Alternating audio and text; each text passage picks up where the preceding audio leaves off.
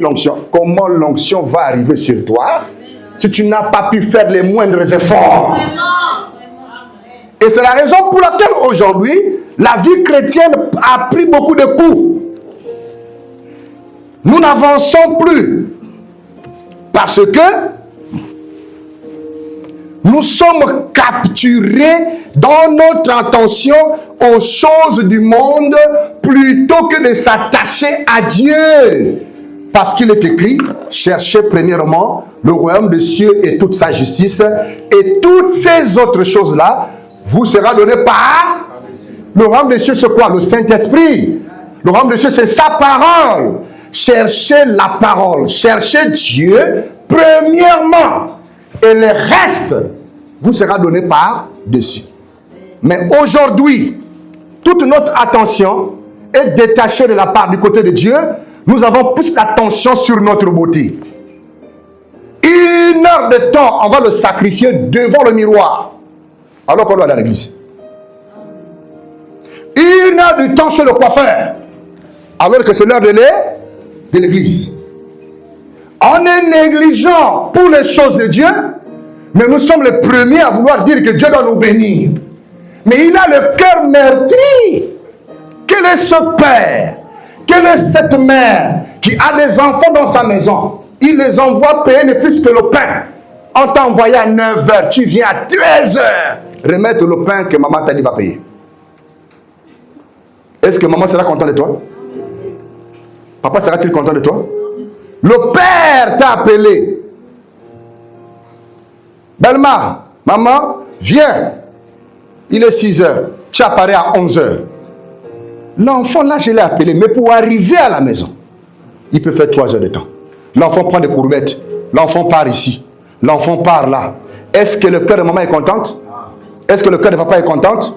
Mais comment voulez-vous que Jésus, qui a été crucifié à la croix pour toi et moi, peut sentir dans le cœur quand tu es négligent envers les choses de l'église, envers les choses de Dieu, tu n'es pas pressé.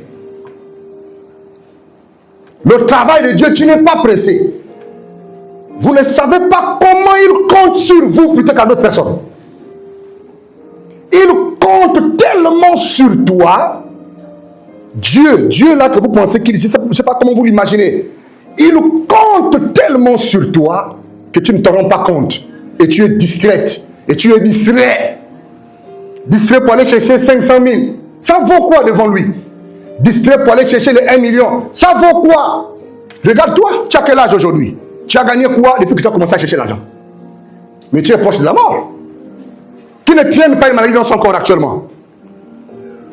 Qui ne tienne pas une maladie que le médecin dit que frère, continue seulement de boire les médicaments. Nous, on ne peut plus rien faire. Continue de boire ça seulement. Qui ne tienne pas cette maladie-là? Alors, la maladie veut dire quoi? La mort, non? Donc, tu sais que tu dois partir. Mais celui que tu dois aller rencontrer là-bas du jugement, là, tu servis. Servir Dieu ne veut pas dire seulement prêcher la parole. Servir Dieu ne veut pas seulement dire jouer les instruments. Mais Dieu veut te voir. Il veut voir ta présence. Et il compte sur toi. Il veut déverser ses bénédictions sur toi pour que les bénédictions quittent de chez toi, ça rentre dans la famille. Nous sommes chacun d'entre nous un représentant de la famille. Et Dieu ne peut pas bénir toute la famille. Il bénit un de vous et l'un de vous amène la bénédiction dans la famille. Et si toi, Dieu t'a fait grâce d'être chrétien, sois un chrétien véritable et de tout ton cœur. Parce que tu seras la porte de la famille. Et Dieu passera par ta vie pour que la famille soit bénie. Mais il y en a qui sont chrétiens que de la bouche. Ils ne veulent pas être avec Dieu de tout leur cœur, de toutes leurs âmes. Quand tu es avec Dieu de tout ton cœur et de toute ton âme, malgré tes défauts, lui ne voit pas ça. Vous comprenez? Écoutez. Un enfant qui satisfait le cœur de son père ou de sa mère, même si c'est cet enfant-là qui casse les verres à la maison, hein? Vous allez voir que maman va dire, mais toi aussi, il faut prendre le balai. Le verre que tu as cassé là, prends le balai.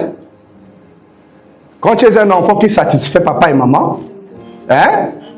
Tu commets l'erreur de casser même le verre préféré de papa, il va te dire, oh, mais toi aussi, il faut prendre le balai pour ramasser les verres là, l'intention va blesser quelqu'un.